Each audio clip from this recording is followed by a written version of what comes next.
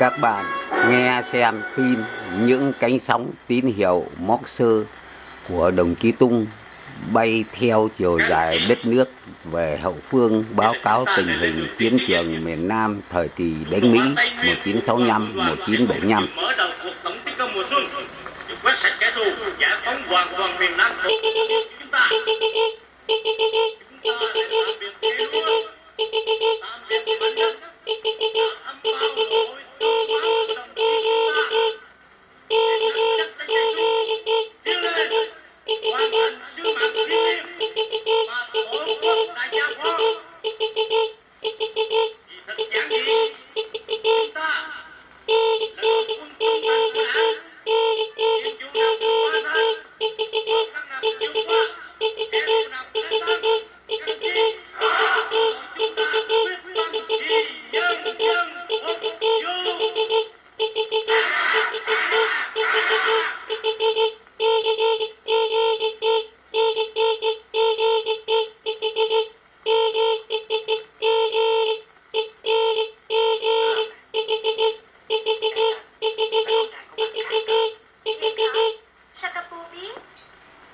Anh đang gửi mình cái này.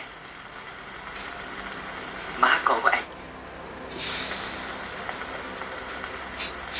Gì?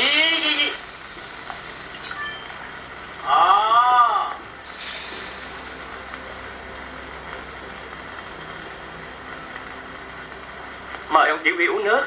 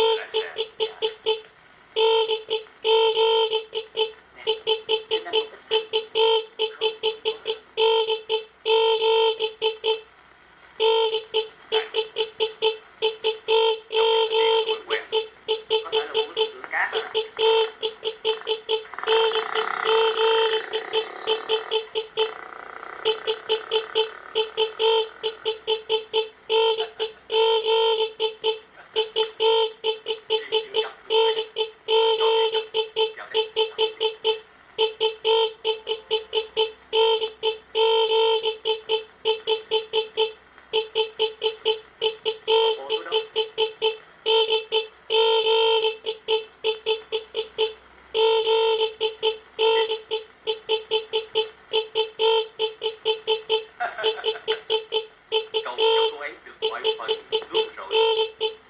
Ông nói sao? Thôi, uống đi. Uống cho quay cho bả. Tụi ta còn phải đi xa nữa chứ. Đi đâu?